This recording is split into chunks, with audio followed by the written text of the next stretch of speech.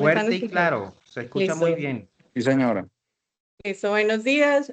Mi nombre es Alexandra González Montoya, yo soy residente de reumatología y en la actividad que hacemos los viernes vamos a hablar hoy de la gestión de riesgo del virus de la hepatitis B en enfermedades reumatológicas. La agenda que les propongo incluye introducción, epidemiología, vamos a hablar del virus, de la infección tanto aguda, crónica, oculta y la reactivación. Y ya como tal, empezaremos a hablar de la inmunosupresión y la reactivación del virus de la hepatitis B, recomendaciones que nos dan para la gestión de riesgo y las conclusiones. Dentro de la introducción, tenemos que la infección por virus de la hepatitis B es un problema global. La prevalencia de la infección resuelta en pacientes con enfermedades reumatológicas varía en las series, pero va hasta un 66%. Y en general nos dicen que en teoría todo paciente que ha resuelto una infección por hepatitis B debería considerarse en riesgo de reactivación de la infección. Reconocer entonces ese riesgo de reactivación es esencial para optimizar los desenlaces en estos pacientes. Dentro de la epidemiología, según estadísticas de la OMS, nos hablan de 2 billones de personas infectadas que han sido infectados, sino que la mayoría de estas personas depuran la infección. Sin embargo, un 5%, algunos dicen que hasta un 10% de la población mundial, pues un 5 o 10% de los adultos pasan a tener formas crónicas y nos hablan que un 5% de la población mundial tiene la infección, hablando de aproximadamente 250 millones de personas. El riesgo de cronicidad de la infección va a depender tanto de la edad como del estado inmunológico del paciente y lo que les comentaba que generalmente los adultos inmunocompetentes, un 90-95% resuelven la infección pasando a formas crónicas de un 5 o un 10% versus los niños en donde la prevalencia de infección o el paso a la infección crónica es mucho mayor. Y nos hablan de que aproximadamente 1 millón de muertes cada año, estos secundarios sobre todo a cirrosis y cáncer hepático, nos muestran o se han encontrado en los estudios riesgo acumulado para desarrollo de cirrosis de un 8 a un 20% a 5 años. Y estos pacientes que desarrollan cirrosis anualmente presentan hasta un 20% de descompensación hepática, riesgo de desarrollo de carcinoma hepatocelular, que también varía de acuerdo a las series, pero en estos nos hablaban hasta un 5%. Es importante también hablar de la distribución global de la hepatitis B crónica y como vamos a ver más adelante cuando hablemos del virus, hay reconocidos 10 genotipos de la A a la J y estos también varían en distribución geográfica. Entonces, nos hablan de que hay países o zonas geográficas con alta prevalencia de la enfermedad, donde se habla de prevalencia de más del 8%, y zonas con baja prevalencia, menor del 2%, y zonas con prevalencia moderada o intermedia de 2 a 8%. Para Colombia, esto fue un artículo de Nature, nos hablaban de una baja prevalencia, sin embargo, también pues hay artículos como el de la doctora Alvarado, donde estudia los genotipos más frecuentes de hepatitis B en población afrocolombiana, encontrando que para esta población en específico se encuentra también tanto el fenotipo F como el genotipo E. Algo que me llamaba mucho la atención es que este fue el reporte del 2024, pero pues las gráficas son del 2022, de donde muestran cómo es esa cobertura de diagnóstico y tratamiento, y observamos que a nivel global esa cobertura para diagnóstico fue de un 13% y para tratamiento de esos que fueron diagnosticados hasta un 19%. Vemos que fue mucho más alto para regiones específicas como la asiática del Pacífico. Sin embargo, observamos, por ejemplo, cobertura para tanto diagnóstico tratamiento en regiones con alta prevalencia como África, donde observamos pues que es muy baja. Y algo que me llamaba la atención en esta revisión, donde evalúan la prevalencia de infección en pacientes con enfermedades reumatológicas, hablando como tal de la infección resuelta, que son esos pacientes que presentaron la infección, pero en este momento o ya después de depurar se encuentran con un antígeno de superficie negativo, con un anticore positivo. En este artículo, entonces, pues que donde evalúan diferentes estudios que se han hecho para pacientes con enfermedades reumatológicas, se habla de infección resuelta, que es muy variable desde un 7% hasta un 66%. Sin embargo, observamos también la prevalencia de esos portadores del antígeno de superficie de hepatitis B, donde nos reportan máximo hasta un 37%. Y algo que me llamaba también mucho la atención es que en la mayoría de estos artículos no presentaban o no mostraban cómo era la vacunación en pacientes reumatológicos, y los que la describían vemos tasas o prevalencias de vacunaciones de un 14%, es extremadamente bajo. Ya para hablar del virus, entonces tenemos que este virus pertenece a la familia de Pannaviridae, del género Orthoepapnavirus, y como les había mencionado previamente, se clasifica en 10 genotipos de la A a la J. Importante es que esta partícula infecciosa, conocida también como DAN, está compuesta por una envoltura donde se van a expresar el antígeno de superficie de hepatitis B, que tenemos fracciones corta, mediana y larga. También se expresa el antígeno E de la envoltura. Tenemos ya la nucleocápside, que está compuesta por el genoma viral unido a la polimerasa, y tenemos el genoma viral, que es muy importante porque es circular de doble cadena parcial. Y ya cuando nos hablan del genoma viral, pues se ha encontrado que este virus tiene 4 marcos de lectura abierta para cada uno de los, pues para codificar posteriormente las proteínas, donde tenemos el gen S, el antígeno de superficie, C del core, P, gen de polimerasa, y el gen X, que está relacionado también con las características oncogénicas que puede presentar este virus. Además, cada uno de estos genes tiene su promotor, y también hay potenciadores de esta replicación. Dentro de esas generalidades del virus, tener en cuenta que se encuentra en sangre, semen, saliva, secreciones vaginales, lágrimas, leche materna, no así en orina, sudor o heces. Las vías de transmisión tenemos la parenteral, sexual, perinatal y horizontal. Y este virus se replica de forma rápida hasta alcanzar pues de 10 a la 5 a 10 a la 10 virones por mililitro, sobre todo en la fase aguda de la enfermedad. Algo que también me llamaba mucho la atención es que este virus tiene una eficacia 100 veces mayor comparado con el virus del VIH para contagiar cuando hay, pues cuando hay vía de transmisión a través de agujas contaminadas, y puede sobrevivir hasta 7 días en superficies ambientales. Dentro del ciclo de la replicación, y esto también es importante para conocer el daño que genera o cuando se presenta como tal la hepatitis, es que el virus por sí solo no es el que genera el daño citopático a nivel del hepatocito, sino que la respuesta inmunitaria del huésped la que va a generar ese daño a través de linfocitos T citotóxicos, natural killers, y que ese daño es el que generalmente se va a expresar con la elevación de transaminasas, y pues en pocos casos, como vamos a ver, también pueden presentarse casos de hepatitis fulminante. Y dentro de la replicación, pues como sucede en esas replicaciones virales, este virus va a entrar a la célula, al hepatocito, y ese ADN que tenía en forma relajada a nivel del núcleo se va a convertir en un ADN circular covalente cerrado. Esto es importante porque esa es una forma estable de ese ADN, lo que va a permitir que el hepatocito o que este virus persista en el hepatocito a pesar de que se elimine o se disminuya pues la producción de antígenos en sangre periférica. Entonces, esta es una de las formas por las cuales este virus puede reactivarse, porque el ADN de este virus puede persistir en los hepatocitos. Posterior a esto, sufre procesos de transcripción a través de transcriptasa reversa en el citoplasma, es donde este ADN se procesa y se une y es envuelto o ensamblado con la nucleocápside, y posteriormente es eliminado a través a través de vesículas celulares. Dentro de la evolución natural, nos hablan que tiene un periodo de incubación de 4 semanas. La infección aguda puede ser asintomática en un 30%, y como les mencionaba previamente, menos de un 1%, que hablan hasta un 0.5%, de las personas pueden desarrollar una hepatitis fulminante. 90-95% de los inmunocompetentes depuran esa infección, y esa infección aguda, después de haber depurado, se va a expresar como la presencia de anticuerpos contra el antígeno de superficie, anticuerpos contra el core y transaminasas normales.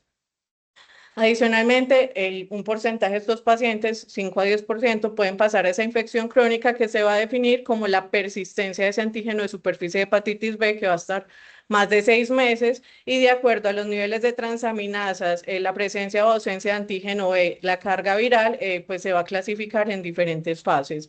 Esta hepatitis o esta infección crónica puede ser asintomática o sintomática, y un 10 a 30% de estos pacientes pueden desarrollar cirrosis y un 6 a un 15% presentar carcinoma hepatocelular. Algo también muy importante que para estos pacientes en reumatología y pues en general es la infección oculta por el virus de la hepatitis B, y es que, como les explicaba previamente, este virus o el genoma del virus puede persistir a nivel de tejido hepático o en células mononucleares y con cargas virales disminuidas. Entonces son pacientes que tienen un antígeno de superficie no detectable, un anticore que puede estar presente hasta en un 80% de los casos, carga viral disminuida menor de 200 y transaminasas normales. Dentro de las explicaciones se dan también a través de diferentes genotipos que tienen mayores riesgos de presentar mutaciones o reordenamientos en la expresión de los genes, entonces reordenamiento del genoma del virus, y también se ha visto que el virus de la hepatitis B puede suprimir la replicación y la expresión del antígeno de superficie de hepatitis B. ¿Por qué es importante esto? Porque estos pacientes también tienen ese riesgo de reactivarse.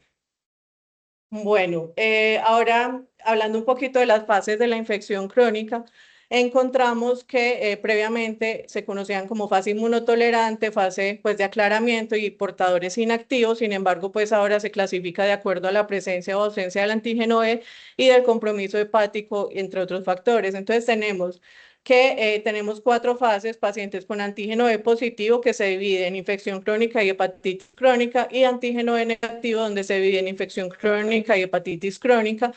De acuerdo a ese antígeno E positivo, ese antígeno E también nos habla de la replicación del virus. Entonces tenemos que la carga viral pues está alta, y la diferencia entre infección y hepatitis crónica es la elevación, elevación de transaminasas o ese compromiso hepático. Y en pacientes con antígeno E negativo, generalmente el antígeno de superficie puede estar bajo, o en la infección crónica la replicación, pues también la carga viral está baja, el hígado no está comprometido, las transaminasas pueden estar normales, y en hepatitis crónica con antígeno B negativo hay periodos donde se pueden elevar las transaminasas, como lo evidenciamos en esta gráfica. Eso es de la interpretación de pruebas serológicas. Pues esta tabla, la verdad, me pareció muy resumida porque hay unas más amplias que muestran muchos más marcadores, pero por ejemplo, para hepatitis aguda, entonces tenemos la positividad del antígeno de superficie de hepatitis B. Puede presentarse como tal la presencia del anticore, inicialmente puede ser IgM, posteriormente puede pasar a IgG. No hay todavía anticuerpos contra ese antígeno de superficie. El antígeno E nos está hablando de esa replicación, está positivo, y las transaminasas pueden estar pues elevadas. Ya como tal, en la hepatitis crónica teníamos con antígeno E positivo o antígeno E negativo, donde veíamos que variaba la carga viral, y adicionalmente también variaba el compromiso o la elevación de transaminasas. Y tenemos portadores inactivos, donde encontramos antígeno de superficie de hepatitis B positivo, anticore positivo, con transaminasas normales. Aquí nos hablan de infección pasada o resuelta, esos pacientes que negativizan el antígeno de superficie de hepatitis B. Sin embargo, pues encontramos que este perfil también se podría encontrar en portadores inactivos. Ahora, pasando a reactivación, tenemos que este virus puede persistir después de la resolución serológica. Ya veíamos por qué, porque el ADN, pues dentro de muchas cosas, una de las características es que este ADN puede persistir en los hepatocitos y servir posteriormente para plantilla de replicación. La reactivación como tal de la infección se va a dar por un desbalance entre la respuesta del huésped y la replicación viral. Puede ser espontánea o asociada a la terapia inmunosupresora o condiciones médicas, y el compromiso hepático va a variar de acuerdo a los pacientes. Y dentro de esos mecanismos de persistencia vamos a ver que esos pacientes que persisten que no tienen un control inmune adecuado, hay varios factores que pueden afectar, dentro de los cuales se tiene un ambiente con alteraciones de inmunosupresión, disfunción de las células efectoras, tanto las células T como las B, falla para la generación de memoria, y también hay unos factores asociados al virus donde está o depende inóculo viral, genotipo viral o coinfección con otras infecciones como el VIH o el virus de la hepatitis C. Y en un adecuado control donde se produce la resolución, pues el sistema inmune como tal responde adecuadamente a este estímulo. Bueno, y esta es para hablar de reactivación como tal dentro de la fisiopatología, nos hablan de dos fases grandes. Una, donde los inmunosupresores o pues otras infecciones o terapias antivirales van a suprimir la inmunidad natural contra ese virus de la hepatitis B, lo que va a permitir que se aumente esa replicación del virus. Sin embargo, después, una vez que se retire esa terapia de inmunosupresión, va a generar que se reconstituya el sistema inmune del paciente, lo cual va a generar que se dé ese daño a través de esa respuesta inmune, donde podríamos encontrar ya elevación de transaminasas, compromiso y ya con falla hepática o hepatitis crónica o una hepatitis aguda. Para la definición de la reactivación, nos mencionan que no hay un consenso global, entonces, pues hay pues hay diferentes definiciones. Tenemos entonces que en pacientes con antígeno de superficie de hepatitis B positivo y anticore positivo, una reactivación virológica se referiría como el aumento de la carga viral de 2 veces si tenía una carga viral positiva previa, y si es negativa, hasta 3 logaritmos, y si es desconocida, mencionan hasta 4 logaritmos. Y para pacientes que tenían un antígeno de superficie negativo y un anticore positivo, que no había niveles previos detectados de ADN, la presencia o detección de estos niveles de ADN ya nos habla también de reactivación. O pacientes que tengan antígeno de superficie de hepatitis B negativo y anticore positivo, que positivicen ese antígeno de superficie de hepatitis B. Y del flare de hepatitis nos hablan de esa elevación de transaminasas más de 3 veces el nivel normal, con ALT mayor de 100 y sin otra explicación posible para esa elevación de transaminasas. Hay unos factores de riesgo que han encontrado de acuerdo al estado serológico para pues mayor riesgo de reactivación. Entonces, de alto riesgo está pacientes que tienen antígeno de superficie positivo, independiente de la positividad o negatividad del antígeno E, y cargas virales con un ADN mayor de 2000. Sin embargo, me llama mucho la atención los pacientes con riesgo intermedio, que son esos pacientes que son antígeno de superficie negativo, anticore positivo y que no tienen inmunización o que no han desarrollado anticuerpos contra el core. ¿Por qué es importante? Porque estos son los que vemos con más frecuencia en las consultas de reumatología.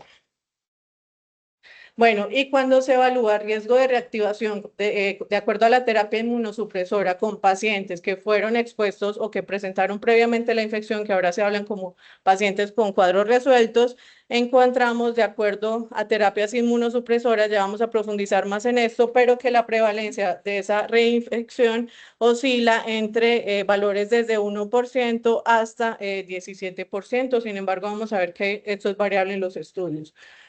Y cuando se evalúa el riesgo de reactivación de acuerdo a las terapias inmunosupresoras, diferentes guías como la de la Asociación del Pacífico para el estudio del hígado, o la europea o la americana, o las guías de la Asociación de Gastroenterología Americana, entonces determinan que medicamentos de alto riesgo para reactivación son esos medicamentos anti-CD20, donde tenemos el rituximab, que es muy frecuente que lo usemos.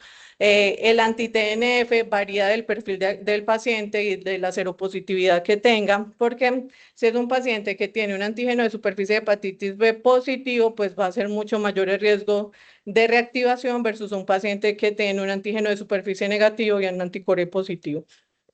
Riesgo moderado, entonces ahí entrarían este último grupo de pacientes que mencionaba con los anti-TNF, y de bajo riesgo hablan del metotrexate, la azatioprina, la hidroxicloroquina. En este nos hablan de que se desconocía para ese momento cuál era el riesgo para el tocilizumab, el abatacept y los inhibidores JAK.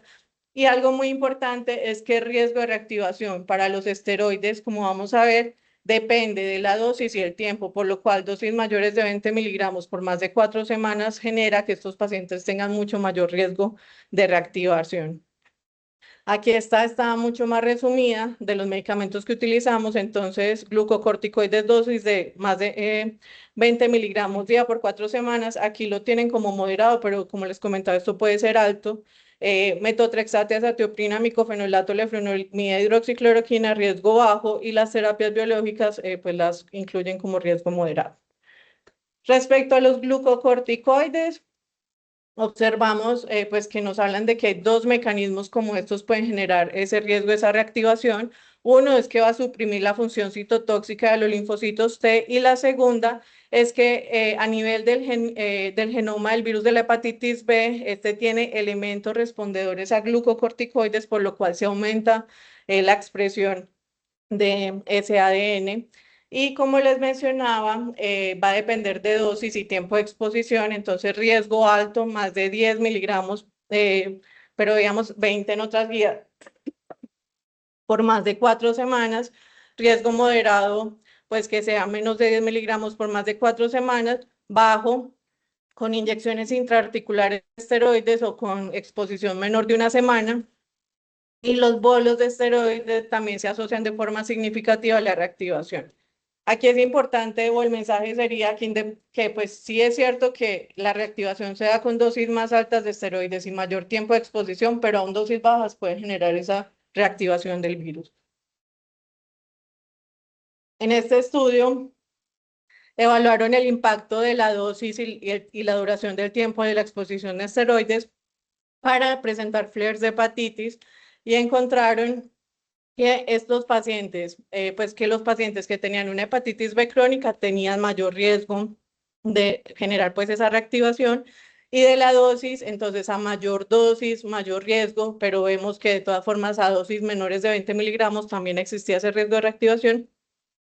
Y en tiempo de exposición, entonces hablan menor riesgo de menores de 7 días, pero vemos que aún así existe riesgo versus más de 28 días.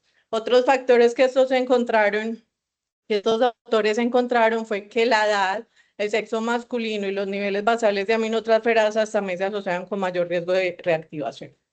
En este estudio, que incluyó 2.334 pacientes con artritis reumatoide que tenían serología para el virus de la hepatitis B, encontraron de 123 pacientes que tenían antígeno de superficie positivo una reactivación de un 24%.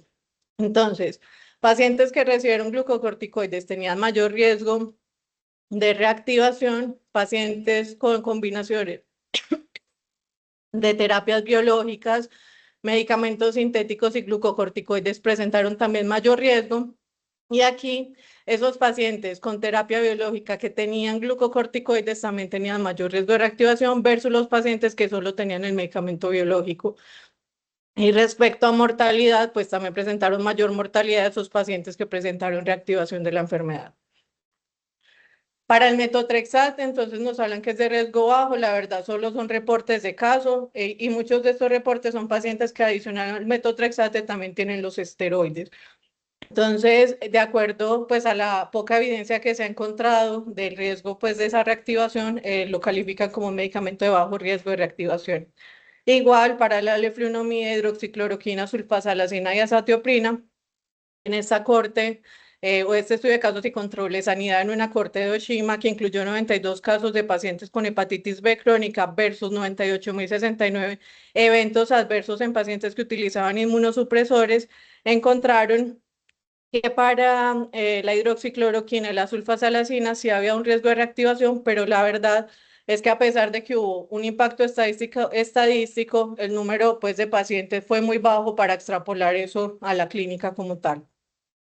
Micofenolato, también en este estudio de Taiwán con 900 pacientes con lupus, 38 de ellos con antígeno de superficie, ninguno de ellos que estaban utilizando micofenolato presentaron reactivación. Para ciclofosfamida, genera un poquito de controversia, dado que en los estudios hematológicos sí se ha demostrado que aumenta riesgo y que es de alto riesgo de reactivación. Sin embargo, no se ha replicado en todos los estudios de pacientes con enfermedades reumatológicas. En este estudio de Droz encontraron que esos pacientes que tenían un antígeno de superficie de hepatitis B positivo, solo el 8% se reactivaron en un tiempo medio de 8 semanas, y los autores también hablaban de que esto era llamativo porque, como vamos a ver para otros medicamentos, el tiempo de reactivación generalmente es de 12 a 18 meses, y aquí a partir de la octava semana ya hubo casos de reactivación. Y en esta otra corte de 2.054 pacientes, que el 5% de estos pacientes tenían anticore positivo, solo hubo casos de reactivación, 8 casos de reactivación. Por lo cual, a pesar de que en enfermedades hematológicas sí se ha demostrado que es de riesgo alto, para nosotros hay que extrapolar la evidencia y lo califican como riesgo moderado o alto de reactivación. Para los anti-TNF hablan de un riesgo moderado, y lo que se encuentra es que pues el factor de necrosis tumoral alfa va a jugar un papel importante para erradicar el virus de la hepatitis B, por lo cual inhibir ese factor de necrosis tumoral pues aumenta ese riesgo de replicación viral, y en los estudios han encontrado un riesgo de 5 a 7 veces mayor de reactivación, infliximab mayor que etanercept y adalimumab. Esto se deriva de estos dos estudios que les voy a mostrar. De pacientes con hepatitis B, 257 casos buscados en la literatura, que eran pacientes que tenían 89 con antígeno de superficie de hepatitis B positivo, 168 con anticore, y la reactivación se presentó en 35 pacientes que tenían antígeno de superficie de hepatitis B, por lo que ellos encontraron que eso fue un 64%. Con un tiempo promedio de 9 meses, un 70% de estos pacientes elevaron transaminasas, y fue mayor el riesgo con infliximab versus etanercept. Además, también encontraron que fue mayor el riesgo en esos pacientes que habían usado terapia inmunosupresora previa y no habían recibido profilaxis antiviral.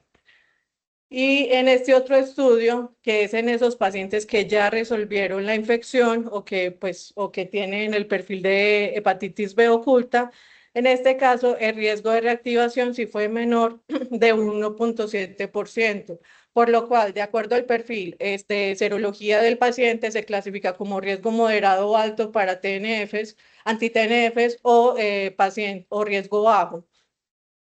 Y para el anti-CD20 rituximab, entonces este es un medicamento de alto riesgo mayor del 10%, pues el mecanismo como tal produce reducción de las células B e hipogamaglobulinemia, y entre 1997 al 2009 se reportaron 183 casos de reactivación, por lo cual lo clasificaron como un Black Box Warning de la FDA, y lo incluyen en ese alto riesgo de reactivación.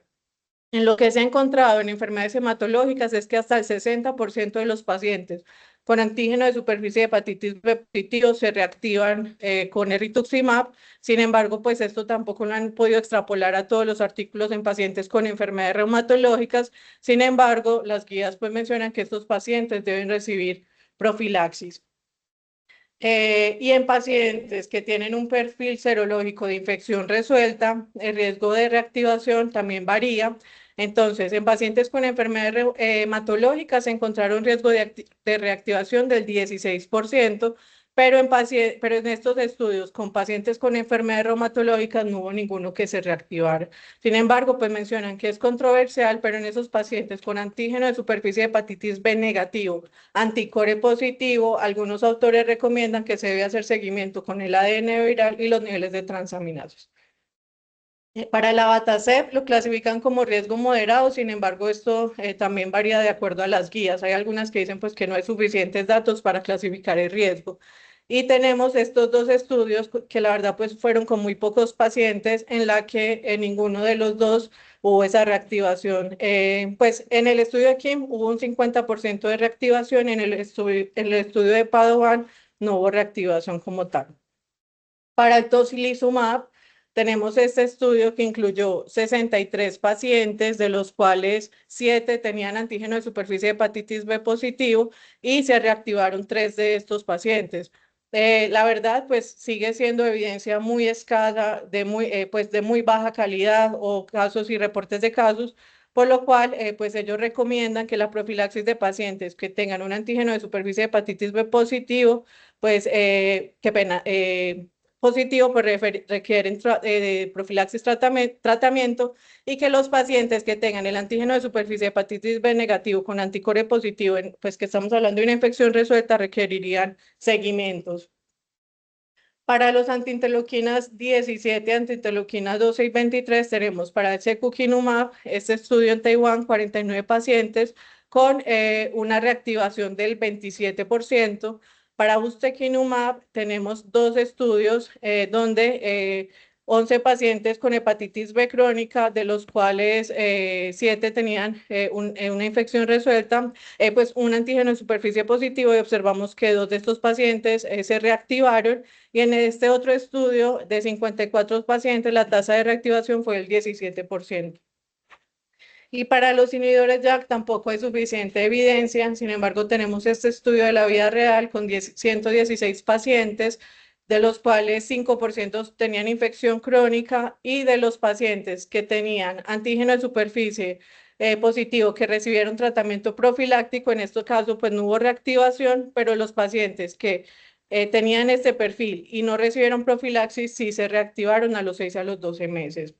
Ya pasamos pues a la última parte de la exposición, y es unas recomendaciones específicas. Entonces, ¿cómo se debe manejar la reactivación del virus de la hepatitis B en pacientes con enfermedades reumatológicas? ¿Qué nos dicen las guías? Siempre se deben considerar estos pacientes como alto riesgo de reactivación durante esa terapia inmunosupresora, por lo cual, independiente si es un biológico o un DIMAR, estos pacientes deberían contar con la serología para hepatitis B, ya que todos estos pacientes, como veíamos, los que tienen la infección oculta o los que tienen infección resuelta, también tienen riesgo de reactivación, sobre todo si no han desarrollado anticuerpos contra el antígeno de superficie de hepatitis B. El algoritmo que nos dan es de acuerdo a la serología, y es realizar la serología si es un paciente que tiene un antígeno de superficie positivo y un anticore positivo, evaluar cómo están los niveles del ADN viral, del antígeno E y de anticuerpos contra el antígeno E, y evaluar si hay presencia de enfermedad hepática. Algunas guías hablan de hacer estudios no invasivos como la elastografía y pues la medición de los niveles de transaminasas. Entonces, si hay una alta replicación viral con más de 2.000 copias, este paciente pues requiere terapia. Y si es un paciente que tiene menos de 2.000 copias, este paciente hay que evaluar el riesgo del medicamento, si es un riesgo bajo, moderado o alto. Si son pacientes de riesgo moderado o alto, requieren la profilaxis. Esa profilaxis se inicia 1 o 2 semanas antes del inicio de la inmunosupresión y se da hasta 6 meses después. Y si es para rituximab, las guías recomiendan que se extienda hasta 12 meses después. Y para esos pacientes que tienen bajo riesgo, pues esta guía recomienda que se debería hacer el control cada 3 meses de esa carga viral. Esos pacientes que son negativos para el antígeno de superficie y para el anticore, pues deberían ser vacunados, y creo que aquí estamos fallando. Y esos pacientes que tienen un antígeno negativo con un anticore positivo, evaluar los niveles de ADN, si es positivo, evaluar el riesgo como tal de acuerdo al medicamento, y si es negativo, mencionan que considerar para alto riesgo de reactivación como rituximab, que sí se debería dar el medicamento, el profilaxis con entecavir. Y si es un riesgo moderado o bajo, seguimiento. ¿Cuál antiviral utilizar? Para los pacientes de enfermedades reumatológicas no se ha hecho un estudio cabeza a cabeza con estos antivirales. Sin embargo, pues se extrapola de las recomendaciones, y lo que sí se conoce es que el alamivudina tiene altas tasas de resistencia, hasta un 70% a 5 años, versus entecavir y tenofovir, que hablan de tasas de resistencia de 0,1 a 2% a 5 años. Y lo que se encontró, que en pacientes con linfoma que recibieron rituximab, el entecavir sí fue superior a la amibudina para disminuir ese riesgo de reactivación, por lo cual las guías recomiendan el entecavir como la primera opción en estos pacientes. Ya les mencionaba cuándo iniciar y terminar la terapia. Entonces, si son pacientes que no tienen compromiso de vida o de órgano vital, se puede iniciar 1 o 2 semanas antes del tratamiento de inmunosupresión. Y si no es posible porque hay compromiso de órgano o amenaza a la vida de forma simultánea, este tratamiento se debe continuar por 6 meses después de la de la inmunosupresión, pero si está con rituximab hasta 12 meses. Y para pacientes con infección crónica activa, debe continuar de acuerdo a las recomendaciones y a las guías pues, de hepatología. Hay diferentes guías, sobre todo entonces tenemos la de la Asociación de Gastroenterología Americana y también las guías asiáticas de Pacífico y europeas del estudio de enfermedad, pues de la enfermedad hepática. Como tal, entonces tenemos que pacientes de alto riesgo deben recibir profilaxis de riesgo moderado, profilaxis o monitorización y si es de bajo riesgo también se deberían monitorizar. Y finalmente, entonces, ¿qué nos dice el Consenso de Gestión de Riesgo para el uso de terapias biológicas pues de la Asociación Colombiana de Reumatología? Que antes de iniciar terapia biológica o sintética, estos pacientes deberían tener el perfil serológico para virus de la hepatitis B y C. Y si encontramos positividad para cualquiera de estas pruebas, ellos recomiendan que se envíe al hepatólogo o al infectólogo. Y en pacientes que tengan ese antecedente hepatitis B o C, también requieren esa valoración conjunta con infectología o hepatología para decidir las terapias terapéuticas. Los portadores activos deben recibir tratamiento antes de iniciar el tratamiento con inmunosupresores o biológicos, pero pues veíamos que puede ser inicio 2 semanas antes. Y en portadores inactivos se recomienda realizar la profilaxis antes de esa terapia inmunosupresora y continuarla de 6 a 12 meses. Finalmente, entonces, la vacunación, pues sigue siendo la estrategia más efectiva para la prevención. Se recomienda entonces o se encuentra que la vacuna recombinante contra el antígeno de superficie hepatitis B tiene una eficacia del 90% en menores de 40 años, va disminuyendo esa eficacia en personas mayores y el esquema es 20 microgramos dosis, el mes 0, 1 y 6, o sea, 3 dosis, y los pacientes en diálisis deben recibir dosis mayores de 40 microgramos con el mismo intervalo. Finalmente, las conclusiones es que la reactivación del virus de la hepatitis B en pacientes inmunosuprimidos es un evento clínico que es relevante, potencialmente grave. El tratamiento antiviral es una medida eficaz para prevenir la reactivación y la profilaxis se debe iniciar mínimo de 1 a 2 semanas antes del inicio de la inmunosupresión y continuar de 6 a 12 meses dependiendo del medicamento. Sin embargo, como veíamos, este virus maneja tantas aristas que pues la estrategia es que sea una colaboración entre reumatología y hepatología para gestionar el riesgo en estos pacientes. Muchas gracias.